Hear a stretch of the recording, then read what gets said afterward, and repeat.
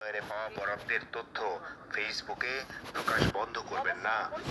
আমি আমার যে বক্তব্য আপনাদের সামনে দিলাম, এই বক্তব্য আমার মাননীয় স্পিকারের সামনে দিব। সেই বিজ্ঞানের মধ্যে আলাদা হওয়ার কোনো সুযোগ নাই। ঠিক, আমার বিশ্বাস আমরা তোমার সাথে আছি। মুজিবুল হক চুন্নু সাহেবের যে ব্রেইন আর যে অবস্থা, তার ব্যাপারে আমি যা শুনি, তাতে আমার বিশ্বাস মাননীয় স্পিকারও জানেন তার অবস্থাটা কি। যে তারে সুমন ভাই, আমরা প্রবাসীরা 1,20,00,000 প্রবাসী আমরা তোমার সাথে আছি, এখনো আছি, মরণের আগ পর্যন্ত থাকবো। আমরা সকল প্রবাসীরা একসাথে তোমার সঙ্গে কাজ করব। তোমরা আমাদের দেশের উন্নয়ন করো। আমরা প্রবাসে কাজ করে আমরা দেশের কোনো উন্নয়ন করতে পারি নাই, খালি কিছু কিছু সুরের জন্য। তুমি যত পারো সকল চেষ্টা করো। আমরা সকল প্রবাসীরা, প্রত্যেক প্রবাসীরা, আমি কথা দিচ্ছি, আমি মূর্খ মানুষ কথা দিচ্ছি, প্রত্যেক প্রবাসীরা তোমার সঙ্গে আছে। আমরা শরীরের রক্ত দিয়ে হইলো আমরা তোমার সঙ্গে থাকব। আমরা তোমার সঙ্গে আছি, তোমার সঙ্গে থাকব। শরীরের রক্ত বিক্রি করে হইলো আমরা তোমাদের সঙ্গে থাকব। সুমন ভাই, তুমি এগিয়ে চলো।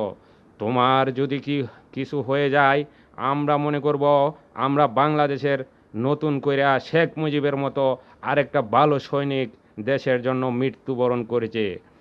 শুধু শেখ মুজিব আমাদের বাংলাদেশের প্রধানমন্ত্রী ছিল, বাংলাদেশের শেখ মুজিব সাহেব আমরা দেশের জন্য নিজে কত পাকিস্তানি কারাগারে জেল কাটছে, পাকিস্তানি কারাগারে অত্যাচার অন্যায় নিবৃত্ত হয়েছে, শুধু খালি এই কিছু কিছু দালালের জন্য।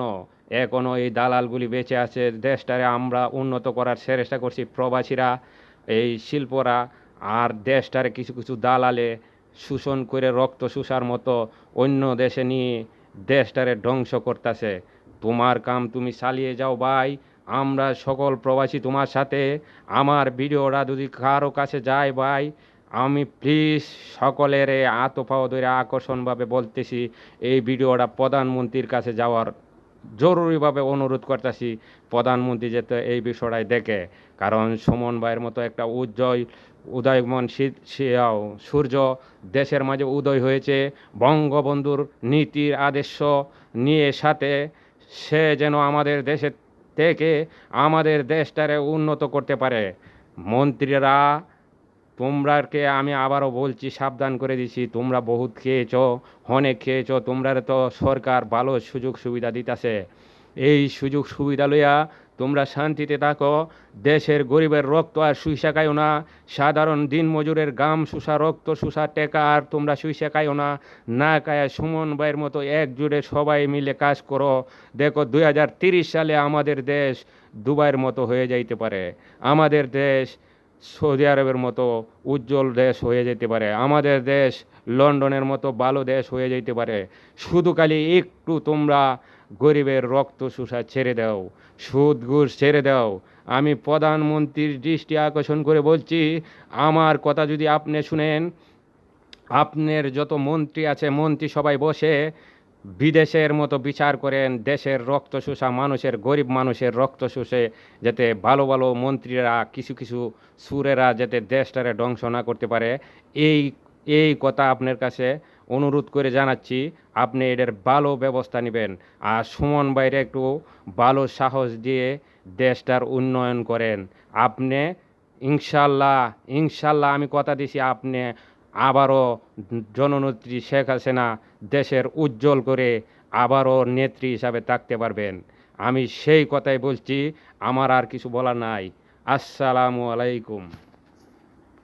সে যখন বক্তব্য দেয় আমি বুঝতেই পারি না কি বিরোধী দলের লোক বক্তব্য দিচ্ছে নাকি না সরকারি দল বক্তব্য দিচ্ছে। মানে এমন ভাবে সরকারের মধ্যে ঢুকে আছে এই ভদ্রলোকের বিরোধী। আরে ভাই, সব সময় সরকারি দলের সাপোর্ট করার জন্য তো মাঝে মধ্যে বিরোধিতা করতে হয়। সরকারি দলের মানে আপনি সবসময় ক্ষতি চাইবেন তা না। সরকারি দলের আরে বাপ তো মাঝে মধ্যে ছেলের সমালোচনা করে, ছেলে বাবার সমালোচনা করে। আমার তো মনে হয় যে এই চুন্নু সাহেবরা এমন ভাবে ভিতরে ঢুকছেন, এরা তাদের সক্ষমতা সম্পর্কে কিছু জানেও না, বুঝেও না। কেন যে বিরোধী দল হয়েছে আল্লাহ মাহবুদ জানে। একজন সংসদ সদস্য তার পুরো মেয়াদে কি পরিমাণ বরাদ্দ পান তা সচরাচর